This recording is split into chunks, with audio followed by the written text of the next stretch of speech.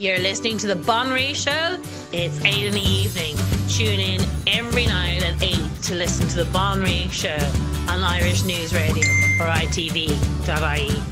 And you can contact anything that you've heard or if anything you'd like to discuss at news@irishnews.net. The Bon Marie Show on itv.ie and Irish News Radio. So we're talking about immigration and the destruction of Ireland and the Irish ways because of the EU and the UN. Like, it's unbelievable. There's so many people getting out. If you're not Irish in this country, you're especially Islamic or brown, you don't do time.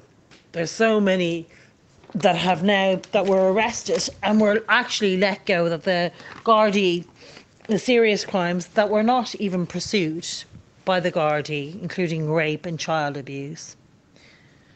Anything to do with non-Irish are not even being bothered being pursued.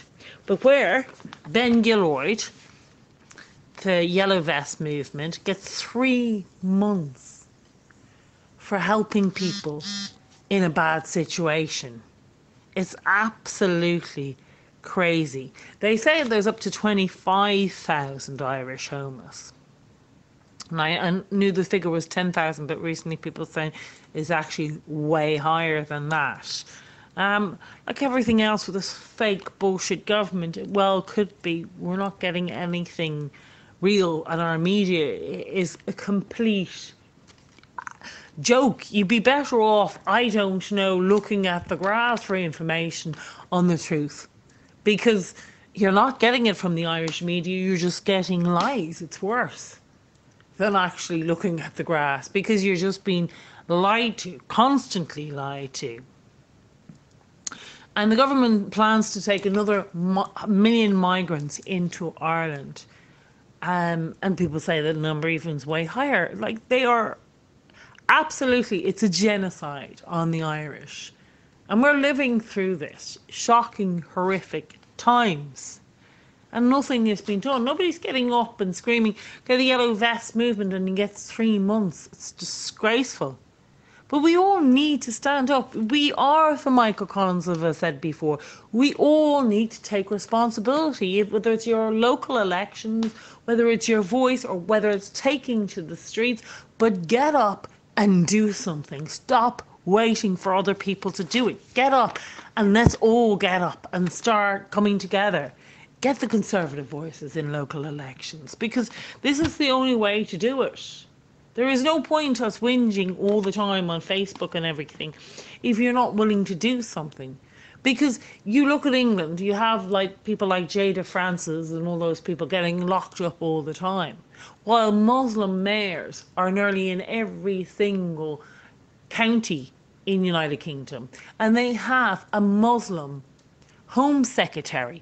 Like, wake up and smell what they're doing. And you need to do that way. We need to be a lot more smarter people, you know, because this isn't getting anywhere. Or take to riots in the street like France.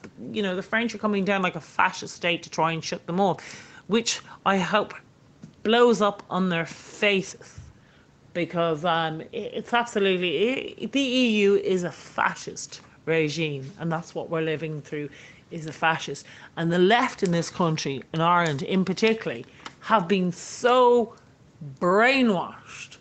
I was actually talking to somebody today in the supermarket, and I was getting the lotto, and he said to me, oh, you know, now that England has left Europe, they won't be able to do the lotto. It's like, oh my God, people, seriously, England is a country, Europe is a continent. It cannot just leave Europe. And he was like, can they still be in the Eurovision Song Contest? I'm really like, I just have to smile. I'm kind of go, yeah, I think so. Like, for God's sakes, it's a continent. You can't get a country. A country can't just come up and take. And then for the idea that Turkey is becoming European, it's ridiculous. It's a continent. The EU is a company. It is not the continent. It doesn't own the continent. You can't dictate whether England or United Kingdom should be in the Euro millions. or not. You can't decide whether they should be in the Eurovision Song Contest or not, because it's nothing to do with the EU. It's ridiculous that if they don't do what they're told, then they're being dictated. And then we have our lying government comes out with, oh, you know, the English in Ireland and the Irish in England, you need to be fearful. Like, that freedom of movement was 1922. So, you know, stop listening to our bullshit government who's trying to put fear tactics. The English will leave, and thankfully so, and they will do it because they need to strike for freedom. And hopefully, you know, we'll see on the 29th of March. But at the way it's going, I do believe they will leave with no deal, and I wouldn't blame them for the way they've been treated. The lies our media constantly tells us all the time. And you watch, like I was watching this journalist who goes to Syria and she comes back and she's in a small amount of room to journalists to tell them what's going on in Syria. And one, typical Irish, because they're such leftists in this country, such stupidity of years of brainwashing, sits in the room and decides to take offence to what she was saying, because she basically gives out about Western media and says they are not reporting what's going on in Syria because they don't know. And that they're making up lies because none of what they're saying is anyway factual. So the Irish guy who questioned her, which is typical leftist, he says to her, he says to her about the hospitals being bombed by Assad, because she was saying, you know, Assad is very, very popular over there, and he's like, asks her, but you know, what about the hospitals being bombed by Assad, and what about all the international organisations on Aleppo, you know, that are saying, you know, Assad's a really bad guy and he's doing all these chemical attacks? She turns around and she said, what international organisations are on the ground? Can you name one? And he couldn't. And she says, I'll tell you how many there are. There aren't any. Not one. She says the compromised information that comes into Western is from white helmets, which are funded by Western countries, funded by the US and the UK and Europe. But nobody in Aleppo has heard of them. They're supposed to be an organisation to help peace and all that sort of thing. But yet they've been seen standing on dead Syrian army bodies with guns, who are using children as propaganda tools for their same ads over and over again. They use them to propaganda on their television sets to Europe. And these children are being paid to do it over and over again. She says, how do I know? He says, well, how can you prove that Assad is so popular? And she said, 88% of Syrians went out to vote for Assad. Through bombings and shells, they walked through that to vote for him. That is how, she said, I know. She said, I have gone all over Syria. I have met Syrian people. They voted for him in huge numbers. It is there's more democracy in Syria when it comes to Assad than there is in any European or Western countries. So then she goes on to explain that, you know, that the white helmet, it's all about they want Assad out, Western countries, for fossil fuel. And that regime change like they did in Iran, Iraq, Afghanistan, all Western countries that they get involved in. And she says, who is doing it? She said that it is ISIS, who are mainly funded by European countries. They're funded by Saudi is funded by European, or not European, the US and European countries. Now that Obama's gone, he was very much involved in ISIS So this is like, it's crazy that the amount of lies. So it's all about fossil fuel. So Saudi has been attacking Syria, and Western countries are funding Saudi. Now think about Saudi. We love Saudi. Western countries love Saudi. But think about what they're doing. They've caused a genocide in recent years in Yemen, but nobody says anything about that. They love their Saudi people. Like, it is a disgrace what's going on. And yet, so it is the Western countries causing the problems in Syria.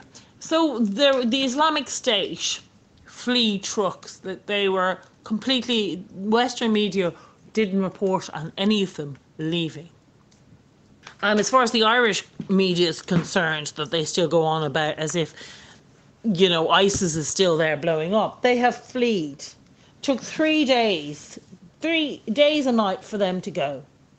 47 trucks, 13 buses. In and out. They were a huge amount, beheading people on their way across.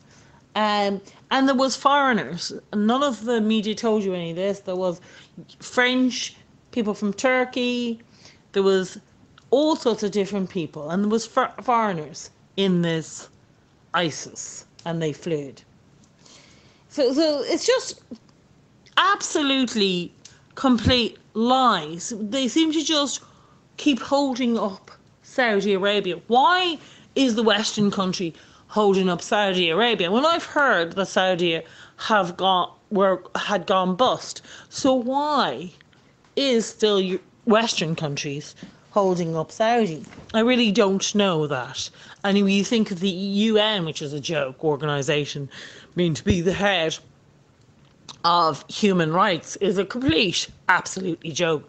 And now Iran's on that human rights team. So it's basically an Islamic Sharia force into Western countries. That's what the UN is force Islam into Western countries. It's not about peacekeeping or anything like that. That's complete lies. It's a force Islam to break down our civilization and everything we know of. This Saudi teen has gone to Canada, which is fantastic, and God love her. She's only 18. Watching her, it's like watching somebody who's been in slavery all their life, born into slavery. And that's what it is. If you're a female and you're born into Islam, no matter where it is, but particularly obviously if you're in an Islamic country, but even if you're not, if you're in Ireland or if you're anywhere, like I've talked to people who have known, who have Islamic neighbours and never see the girls. They're locked up. If they're teen girls, they're locked up morning, noon and night. And they come home from school and that's it. That's their lives. Weekends, that's their life. They're locked into the houses. So anyway, she's acting like, God love her, like a slave that's got out. She's had her first piece of bacon. She's experimenting with trying to find her style of clothing, because not ever been allowed to have a style of clothing. Point where I always thought that they dressed fairly well underneath it, well, so I was told. But like everything else, it's probably bullshit, because everything that you've been told from media is complete lies. They tell you what they want you to know. It used to be, I used to believe that they tell you what you know, they exaggerate the truth, or they tell you what they want you to believe. But now they actually, I realise, they have actually make up stories that you want to hear, not just tell you what they want you to hear, but actually make up stories they want you to hear. So it's very hard to know. And it's finding in the West that all, but particularly Ireland, we have such a fake government, and not worse than fake media. It's lies. It's blatant lies. We have been lied to blatantly about Syria, about everything, about Assad, about refugees coming in. These, 8% of asylum seekers coming into Ireland are real. 8%. The rest are economic migrants. And not even that. I'd say they're benefit seekers. That's what they are, coming into Ireland. That is quite shocking. Over 90% coming into Ireland are absolutely they're looking for benefits. That's all they're coming in for. 8% real. I mean, and it's obvious that that's been true. Otherwise, we would have been taking white South Africans by proper numbers. It was never about taking in people from war zones, because it wasn't really. They weren't even taking them in from them. They weren't taking the Syrians in. And Syrian Assad has been looking for his men to come back because they've all left to rape Europe around the place. Rape the women are in Europe. I don't know why he wants them back. I would actually leave them out and let the women run the country. Sounds like a lovely, safe place. It'd be a nice place to go on holidays, unlike Europe, because of all fucking Muslim so-called refugees, benefit seekers going around gang raping children and women. It sounds like Syria is the place to go on holidays, or even to move there. It sounds like it'd be quite safe, because it's not under Islamic State yet, as the Western countries are trying to push it to be under Islamic State by funding Saudi, which is funding ISIS to blow up Assad and do all the chemical attacks on hospitals. It's not Assad doing that to his own people. And I think anybody who believes that should get on a flight, because you'd be safer in Syria than we would here in Europe. And that is the horrible truth. But that is the truth. We would be safer going to Syria, it sounds crazy, than you are in Europe, especially as a female. Because all of these bullshit refugees coming from Islamic countries here to rape, gang rape, and absolutely dehumanize women for a game. And that our government is loving it and not even reporting on serious crimes, because they don't want to show bad light on refugees or Islam. So they'd rather women and children get raped and murdered. That's fine, like Sweden. The rest of the stupid liberal countries will allow that to happen. We'll save face and not give the so-called refugees, because the Irish government was such leftist, fascist, that they gave Donald Trump a hard time getting in. So they don't want to be definitely proven that they were wrong. So they'll have to keep up the facade, allowing all Irish women be raped and murdered. And the only ones that will ever be reported are obviously if the rapist is Irish. Other than that, you won't be seeing anything on the absolutely not fake news, bullshit, lying, barefaced, lying news. You would be better off never looking at a newspaper, because there's no truth in it. It's absolutely bare-faced lying. It's the lowest form. It's horrific. Thank you for listening on the Bonry Show on ITV.ie and Irish News Radio. Tomorrow we'll have the wonderful Eileen talking about the UN Pact and the impact of what we will be seeing in our countries, in Ireland in particular, in all European countries that have signed it, and all countries around the world that have signed it, but in Ireland, because for us to see how day-to-day life will change, and how it is changing, and how it's very, very sad. Store markers. I grew up in Dublin, and it was like, Moore Street was very famous, and you'd see the Dubliners having their markets, and you'd go and you'd know. It was fantastic to go into Dublin as a child. Like, one of the things was Moore Street and hearing the sounds, 2 for a pound, and you don't want them, don't maul them, and all the sounds of that. And as a child, there was a place called Switzer's, and it was absolutely amazing. The windows were like Disneyland. They were amazing. You'd stand there for hours and watching. You go to flea markets, and it was amazing, wonderful place to grow up, and really lively, and the smell was fabulous. Everything, people were were in great form, and it was such a really safe place to live. There was very like people would like give you a cup of tea, and the real salt of the earth. And now the tradespeople are not allowed to hand their tradition down, which has been handed down for generations. They're going to have to give it to migrants. So now Moore Street, when you go through it, is like being in Africa. All the sounds of Dublin is gone. And it's like being in any European city. It is not an Irish city. It's far from it. They call it a cosmopolitan. It's not cosmopolitan or multicultural. It's just non-Irish, non-Dublin. It doesn't belong to the Dublin people. You don't hear the sounds, the smells, the laughter. It's all gone. And that, in a generation, it's really sad. Like I explained to my kids what Dublin was like when it was Dublin. It was fabulous. Like now you can't let your kids go into Dublin. They'll be knifed by Nigerian bloody gangs. And it's not a joke. It's absolutely serious. Where you went into Dublin before, like there was always crime. But you were born into those sort of families. It wasn't for the everyday Dubliner. You wouldn't have got involved in that. You didn't know that. They kept to themselves. Where these Nigerians go around stabbing any random people for any random reason. And it's shocking. The governments are not doing anything once they're non-Irish.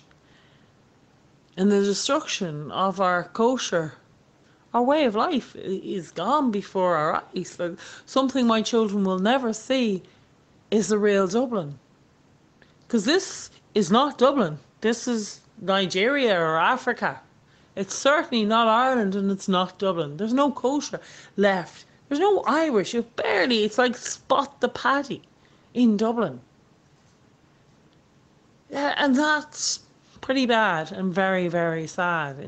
In my life too, I've watched a fabulous city, and it was a fabulous city in its day, to a city of non-Irish where the Irish are not welcome.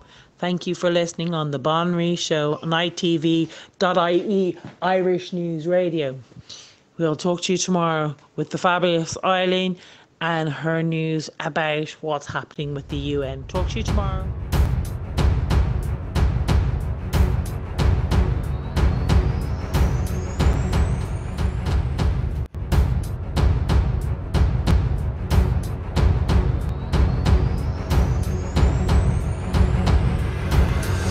You are listening to Irish News Radio and irishnews.net. Email news@irishnews.net.